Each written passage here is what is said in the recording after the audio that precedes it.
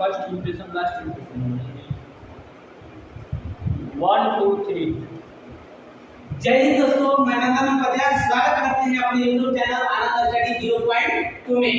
दोस्तों मैं आज एक से नए टॉपिक लेकर के आया हूँ। 11th क्लास के एक उपकक्ष की आज जानकारी देते हैं। क्लास में प्रीवियस क्लास में हम लोग एक उपकक्ष भी पढ़ लिए, बी उपकक्ष भी पढ़ लिए, डी भी पढ़ लिए। चलिए चलते हैं आज एक की ओर। एक उपकक्ष पढ़ते हैं। एक उपकक्ष इसके इंग्लिश में बोलते हैं ऑर्बिटल्स।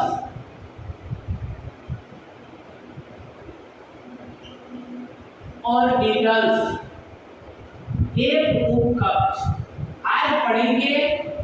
एक उपकक्ष में कितने कक्षक होता है, एक उपकक्ष में कितने इलेक्ट्रॉन होता है, एक उपकक्ष में आकार कैसा होता है।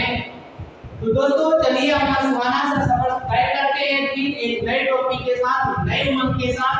तो मेरे साथ बने रहिए और ऐसे ही मजेदार केमिस्ट्री पढ़ते रहिए। बोल बोल के खिलाता है कौन? एक केमिस्ट्री वाला नंदन सर। ठीक, तो चलिए एक उपकक्ष देखिए। एक उपकक्ष जो होता है आपको, इसके लिए मुख्य क्वांटम संख्या आप लोग के प्रीवियस क्लास में बता चुके हैं। मुख्य क्वांटम संख्या इसके लिए n बराबर होगा आपका 4। ठीक, और दिगंशी क्वांटम संख्या, दिगंशी क्वांटम संख्या इसके लिए होगा n बराबर 0 से n-1 तक इसका मान होता है। ठीक, तो 0 से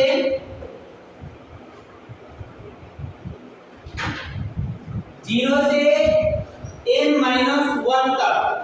ठीक, तो चलिए आपको बताते हैं एकदम जानकारी से, एकदम शॉर्ट मेथड से, एकदम पेश कर दे रहे हैं। एक उपकक्ष गिवन रहेगा। ठीक, तो मुख्य क्वांटम संख्या के n बराबर 4, तो n का मान रखिए n बराबर 0 से 4-1, तो n बराबर 0 से 3। तो देखो मेरे प्यारे बाबू, प्यारे बच्चे,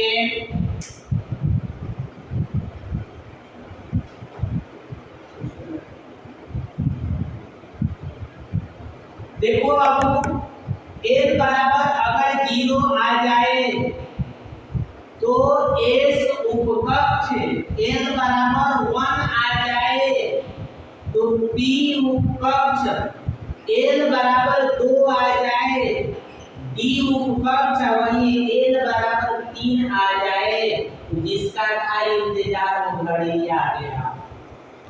ठीक, तो n बराबर 3, एक का इंतजार था, मुझे बहुत बेसब्री से इधर आ रहा है, तो एक आ गया जिसका था इंतजार को घड़ी आ गया, एक आ गया। ठीक, तो देखिए अब इससे पता चलता है कि एक उपकक्ष के लिए मुख्य क्वांटम संख्या का मान 4 होगा, दिगंशी क्वांटम संख्या का मान 3 होगा। ठीक, इतना तो कंप्लीट हुआ। अब देखिए, अब देखिए आप लोगों को बता रहे हैं एक उपकक्ष में कक्षक की संख्या। ठीक, एक उपकक्ष में कक्षक की संख्या यदि देखना होगा तो मेरे साथ बने रहिए, तुरंत दिखाते हैं। एक उपकक्ष में कक्षक की संख्या, कभी केमिस्ट्री पढ़ाए हैं तो चक्रण क्वांटम संख्या के नंबर जाने हैं। यदि जाने हैं तो ठीक है बता देगा कि इतना में होगा। तो देखिए शॉर्ट में बता रहे हैं, चक्रण क्वांटम संख्या के यहाँ प्रयोग नहीं है, लेकिन थोड़ी सी आपको बता दे रहे हैं। m बराबर होता है 12 + 1। तो बाबू n बराबर 12 + 1, तो n का मान 3 ना निकालिएगा इसके लिए, तो n बराबर कितना हो जाएगा? 2 × 3 + 1, तो 3 × 6 + 1 बराबर 7। वही कन्फर्म हो गया, कुकर में 7 को कब चला बा। ठीक ना। ओकरा में कितना कक्षक बा तो 7 को ओकरा में बा ये क्वांटम संख्या बता दिया। तो 7 को जब है तो चलिए इसको बना रहे हैं। देखिए यहाँ पर 7 को कक्षक होगा इसमें 1 2 3 4 5 है वो इधर बढ़ा दे रहे हैं 6 1 2 3 4 5 6 एक और बढ़ाना पड़ जाएगा 7। ठीक ना। देखिए 7 कक्षक हुआ तो आप लोग पहले से ही जानते हैं एस पढ़ाए हैं तबे से बताए हैं कि एक कक्षक में 2 ही इलेक्ट्रॉन होगा। कितना होगा आपको तो 2 इलेक्ट्रॉन होगा। तो चलिए भर देते हैं भर के गिन लेते हैं कब होगा दूध का दूध पानी का पानी निकल आएगा। तो भरेंगे एक को पहले ब्लॉक वाइज भरेंगे समझ में एक को भर दिए समझ में। अब एंटी क्लॉकवाइज भरते हैं तो एंटी क्लॉकवाइज भरते हैं।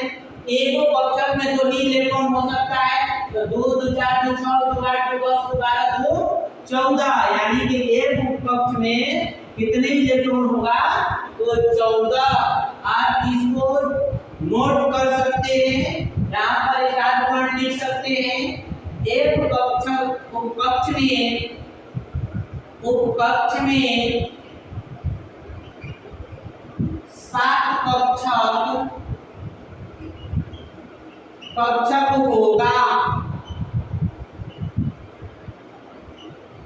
उसके बाद लिख सकते हैं एक उपकक्ष में 14 इलेक्ट्रॉन होगा। ठीक तो ये तो आपको जानकारी था।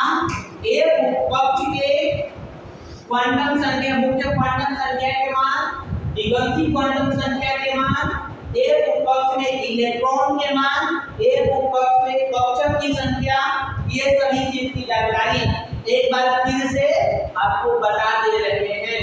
क्या करें आप लोग के समझाते ना हम लोग सोचते हैं कि पूरे कहीं मेंटल ना हो जाए इसलिए कम समझाते हैं कि अपना भी सेफ्टी करते हैं ना इसलिए 3 बार समझाते हैं। सोचो इसका मतलब पहले से ही मेंटल बन चुके हैं समझा करके 3 बार समझाना फिर भी कम लगता है। ध्यान से समझिएगा अपनी बार एकदम मेरे में आ जाना चाहिए एक उपकक्ष नहीं भूलना चाहिए। देखिए एक उपकक्ष एक ऑर्बिटल्स की जानकारी हम लोग ले रहे हैं।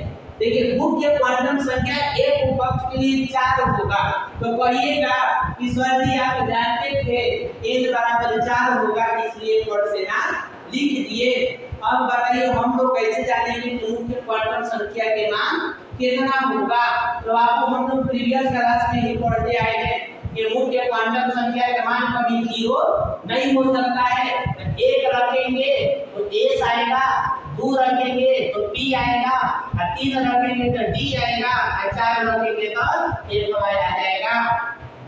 ठीक तो यही मुख्य क्वांटम संख्या के मान 4 हो जाएगा। दिगंती क्वांटम संख्या का मान n बराबर 0 से n - 1 तक होता है। तो n बराबर 0 से n का मान 4 रख दिए यहाँ पर n बराबर 0 से 3 हो गया। n बराबर 0 अगर होगा तो s होगा n बराबर 1 होगा तो p होगा n बराबर 2 होगा तो d होगा। इस संबंध के तब पढ़ लेने वाली का वचन को 1/2 तो a इसका था इंतजार को घड़ी आ गई है एक पढ़ रहे हैं l बराबर 3 होगा। अब हम लोग l बराबर 3 एक पता कर लिए एक है तो एक में कितने कक्षक होगा इसकी जानकारी मुख्य क्वांटम संख्या देता है। m बराबर जो होता है 12 + 1 m बराबर 2 3 6 1 + 7 तो यहाँ पर 7 हो जाएगा। एक को आपको यहाँ पर छोटा सा शॉर्ट ट्रिक बता रहे हैं। एक को m बराबर मान होता है -l से +l तक।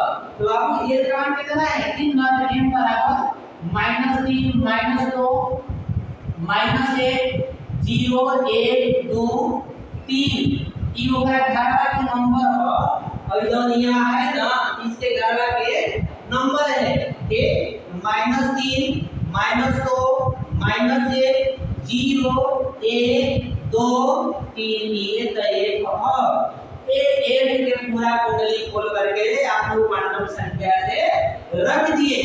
अब कहेंगे कि सर ये सब जब बता ही दिए मंगल सर, तो आप बता दीजिए कि एक उपकक्ष के आकार कैसा होता है। एक तो एक उपकक्ष के मेरे प्यारे बाबू आकार बताना इतना आसान नहीं है। n विमा में होता है एक उपकक्ष के आकार। d का बाबू त्रिविमीय होता है, तो बता देते हैं हम लोग x square y square x square minus y square अथवा एक का यदि कोई आकार पूछे तो सीधे सीधे बोल देना कॉम्प्लेक्स नंबर का होता है। इसके बनाना बस की बात नहीं है। अगर आप लोग बनाना चाहेंगे तो देखिए ऐसे हम लोग बनाएंगे। इसका कहीं भी पक्ष चालू हो जाएगा, कॉम्प्लेक्स नंबर का होगा। कितना नंबर है इसमें, इसकी जानकारी गिनना, इसकी दिशा गिनना एक डायमेंशन हो जाता है, ये जानकारी नहीं मिल पाती है मेरे बाबू। तो एक उपकक्ष के अगर आकृति की बात में करें तो सीधे बोलिए कॉम्प्लेक्स नंबर का होता है, इन विमा में होता है, कोटि पर बनाया नहीं जा सकता है। ठीक, तो ये एक उपकक्ष के बारे में मेरा जानकारी। अगर आप ऐसी दिन मजेदार केमिस्ट्री की क्लास करना चाहते हैं तो मेरे नेक्स्ट वीडियो में आपके लिए आपको अपाउ के नियम पढ़ाने वाले हैं। अपाउ के नियम एक ऐसा बताएंगे कि आप सोपन में भी अपाउ के नियम को पढ़ते रहिएगा, केमिस्ट्री में खुद मिल जाइएगा। नंदन सर केमिस्ट्री को एकदम बहुत करके खिलाते हैं, आप बहुत करके मिलते रहिए। तो चलिए हम लोग आगे बढ़ते हैं अपने नेक्स्ट मंजिल की ओर। इसके आगे नेक्स्ट क्लास में पढ़ेंगे नीले से। जय हिंद, जय भारत।